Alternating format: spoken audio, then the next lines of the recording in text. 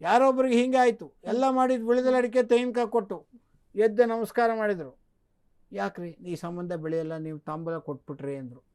ಬೀಳ್ಕೊಡುಗೆ ಕೊಟ್ಟಂಗೆ ಹೋಗ್ಬಾ ಅಂತ. ಇದೇ ಕೃಷ್ಣ ಪರಮಾತ್ಮ ರಾಜಸೂಯ ಯಾಗದಲ್ಲಿ ಮತ್ತೆ ಶಿಶುಪಾಲಗೆ ತಾಂಬೂಲ ತಟ್ಟೆಯನ್ನು ಯಾರಿಗೆ ಕೊಡಬೇಕು, ಯಾರಿಗಾರು ಕೊಟ್ಟು ಸಿಂಹಾಸನ ಮೇಲೆ ಕೂಡಿಸ್ಬೇಕಲ್ಲ ಅಂದರೆ ಇನ್ಯಾರಿದ್ದಾರ್ರಿ ಕೃಷ್ಣ ಪರಮಾತ್ಮನ ಬಿಟ್ಟರೆ, ತಗೋ ಕೃಷ್ಣ ಅಂತ ಹೇಳಿ ಕೂರಿಸಿದ್ರು. ಶಿಶುಪಾಲ ಬೈದ. 100 ಸಲ ಬೈಯೋವರೆಗೂ ಒಂದೊಂದೇ ಅಡಿಕೆಯನ್ನು ತೆಗೆದು ಇಟ್ಟ. ಅತ್ತೆ, ಸ್ವಂತ ಅತ್ತೆಯ ಮಗ, ಅವನಿಗೆ 10 ಕಾಲು 10 ತಲೆ ಇತ್ತಂತೆ. ಏನು ವಿಚಿತ್ರ ಮಗು ಅದು ಅಂತ ಹೋಗಿ, ಅತ್ತೆ ಏನತ್ತೆ ಇಂಥ ಮಗು ಹಿಡ್ದಿದ್ಯಾ ನೀನು ಅಂತ. ಇದು ಯಾರು ಮುಡ್ತಾರೋ ಯಾರು ಎತ್ಕೋತಾರೋ ಅವ್ರ ಕೈ ಕಾಲು ಬಿದ್ದೋಗುತ್ತಂತಪ್ಪ. ಹೌದೇ, ಕೊಡು ನೋಡೋಣ, ಇದು ಎಂಥ ವಿಚಿತ್ರ ಪ್ರಕೃತಿ, ಕೊಡು ಅಂತೇಳಿ ತವಡ ಮೇಲೆ ಹಾಕ್ಕೊಂಡ ಬಿದ್ದೋಯ್ತದು. ಸೊ ನೀನೇ ಕೊಲ್ತೀಯಂತ ಕೃಷ್ಣ, ಕೊಲ್ಬೇಡುವ ನನ್ನ ಮಗನ್ನ ಅಂತಂದರು.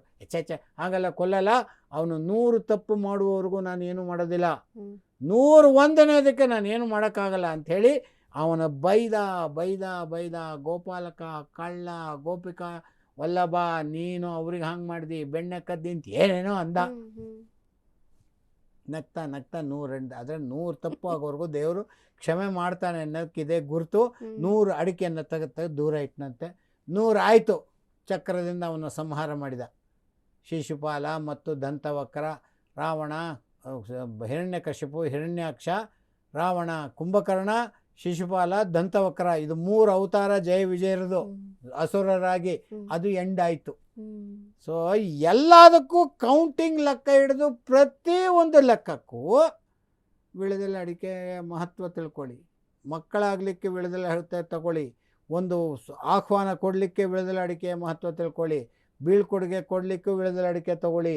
ಪ್ರತಿ ದೇವರಿಗೆ ಸಮರ್ಪಣೆ ಮಾಡಬೇಕಾದ್ರೆ ತಕ್ಷಣ ತಾಂಬೂಲವಾಗಿ ನೀವು ವಿಳೆದೆಲೆಯನ್ನು ತಗೊಳ್ಳಿ. ಆ ವಿಳೆದೆಲೆ ಅಂದುಬಿಟ್ರೆ ಅದರ ಮಹತ್ವ, ಅದು ಕೊಡುವ ರೀತಿ, ಅದರ ಲಕ್ಷಣ ಒಂದೊಂದಕ್ಕೊಂದೊಂದಿದೆ. ತಿಥಿ ಕಾರ್ಯಕ್ರಮಕ್ಕೆ ಅದನ್ನು ಹೇಗೆ ಮುರಿಬೇಕು, ಹೊರಗಡೆ ನಮ್ಮನ್ನ ಎತ್ಕೊಂಡು ಹೋಗ್ತೀವಲ್ಲ ಆವಾಗ ಹೇಗಿಟ್ಟಿರಬೇಕು, ಮದುವೆ ಸಂದರ್ಭಕ್ಕೆ ಹೇಗಿಟ್ಟಿರಬೇಕು, ಪ್ರತಿಯೊಂದಕ್ಕೂ ಲೆಕ್ಕ ಇದೆ.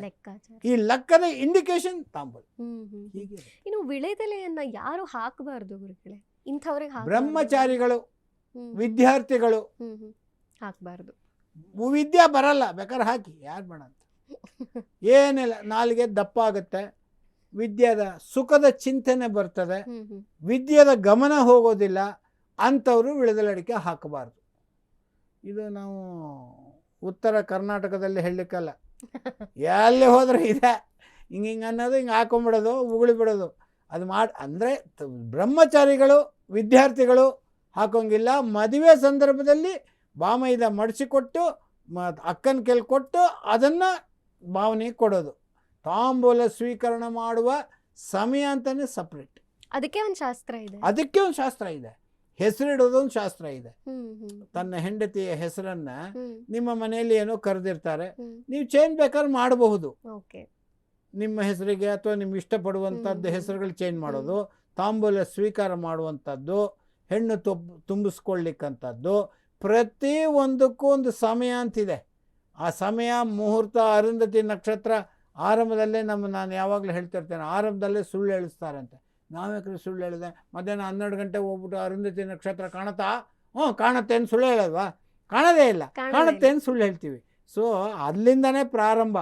ಹೆಣ್ಣು ತುಂಬಿಸ್ಕೊಳ್ಳಿಕ್ಕಾಗಲಿ, ಹೆಣ್ಣು ಒಪ್ಪಿಸ್ಕೊಳ್ಳಿಕ್ಕಾಗಲಿ, ತಾಂಬೂಲ ಕೊಡೋದಕ್ಕಾಗಲಿ, ಮತ್ತು ಅದಾದ ಮೇಲೆ ಹೆಸರಿಡೋದಕ್ಕಾಗಲಿ, ಮುಹೂರ್ತಕ್ಕಾಗಲಿ, ಕಾಶಿಯಾತ್ರೆಗಾಗಲಿ, ಗೌರಿ ಪೂಜೆಗಾಗಲಿ, ಎಲ್ಲಕ್ಕೂ ಈ ತಾಂಬೂಲ ಸಹಿತವಾಗಿಯೇ ಸ್ಟಾರ್ಟ್, ಎಂಡ್ ಎಲ್ಲವೂ ತಾಂಬೂಲ. ಇನ್ನು ಮದುವೆ ಸಂದರ್ಭದಲ್ಲಿಂದನೇ ತಾಂಬೂಲ ಶುರುವಾಗುತ್ತೆ, ಅಲ್ಲಿಗಿಂತ ಮುಂಚೆ ಹಾಕೊಳ್ಳೋಂಗಿಲ್ಲ. ಮದುವೆಯಿಂದಲೇ ಶುರು. ಮದುವೆಗೆ ಅರ್ಹತೆ ಬರ್ತದೆ, ಅಲ್ಲಿವರೆಗೂ ಅರ್ಹತೆನೇ ಇಲ್ಲ, ಬರೋದೇ ಇಲ್ಲ. ಅದು ತಗೊಳ್ಬಾರ್ದು ಅಂತ ನಮ್ಮಲ್ಲಿ ಹೇಳ್ತೀವಿ, ವಿಳೆದೆಲೆ ಅಡಿಕೆ ಹಾಕೋಬೇಡ, ವಿದ್ಯೆ ಬರಲ್ಲ ಅಂತೀವಿ.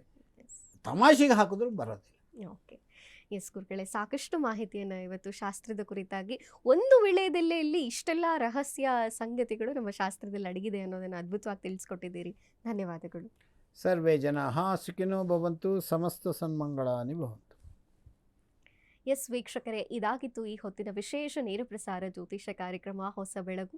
ನೋಡ್ತಾ ಇರಿ ಅಶ್ವವೇಗ ನ್ಯೂಸ್. ಇದು ಸತ್ಯಾನ್ವೇಷಣೆಯ ಊಟದಲ್ಲಿ.